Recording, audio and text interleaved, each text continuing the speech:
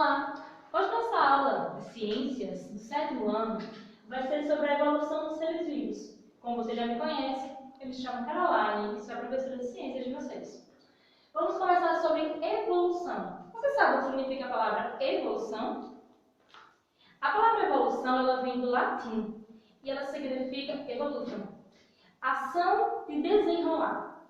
Como usamos hoje, refere-se às mudanças nas espécies ao longo dos tempos. E é sobre isso que vamos ver nesse capítulo.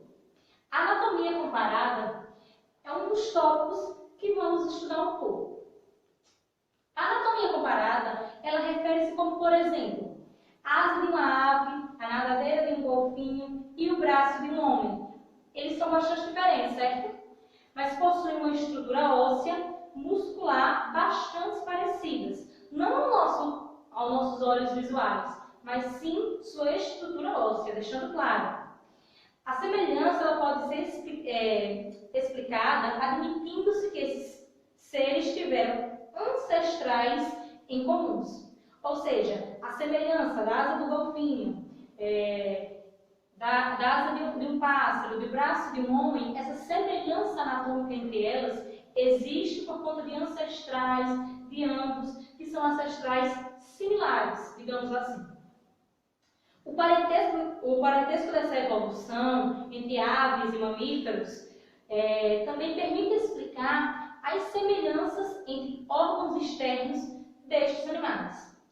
O coração é um sistema circulatório e nervoso, entre outros, são constituídos pelas mesmas partes básicas. Ou seja, as mesmas partes básicas que constituem o coração de uma ave ou de um mamífero, por exemplo, elas são similares. Agora vamos ver um pouco sobre as semelhanças embrionárias. As semelhanças embrionárias são semelhanças entre embriões. Quando eu falo nessas semelhanças, eu me refiro, por exemplo, é muito pouco provável você conseguir identificar de que vem a ser aquele embrião apenas ao olhar. Vocês vão ver isso na imagem que vai ser colocada aí para vocês.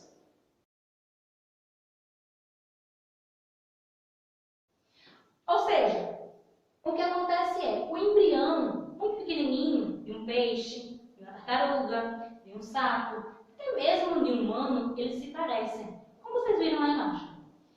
Só é possível detectar de quem faz parte conforme a sua evolução. Órgãos ou estruturas homólogos. Certos órgãos ou estruturas se desenvolvem de modo muito semelhante nos embriões de todos os vertebrados.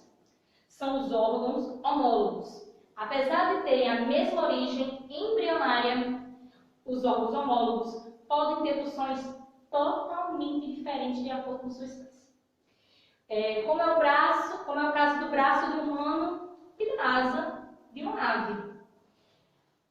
Já no caso dos órgãos e estruturas análogos, se dois órgãos ou estruturas desempenham uma função, mas têm origem embrionária totalmente diferente, são chamados de análogos. As asas de aves e de insetos, por exemplo, são estruturas análogas.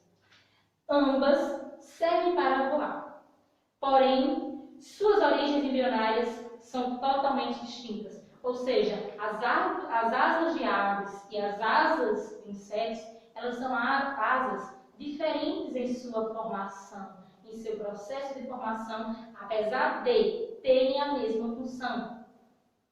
A importância dos fósseis. Através de estudos sobre os fósseis, podemos conhecer melhor a história do nosso planeta.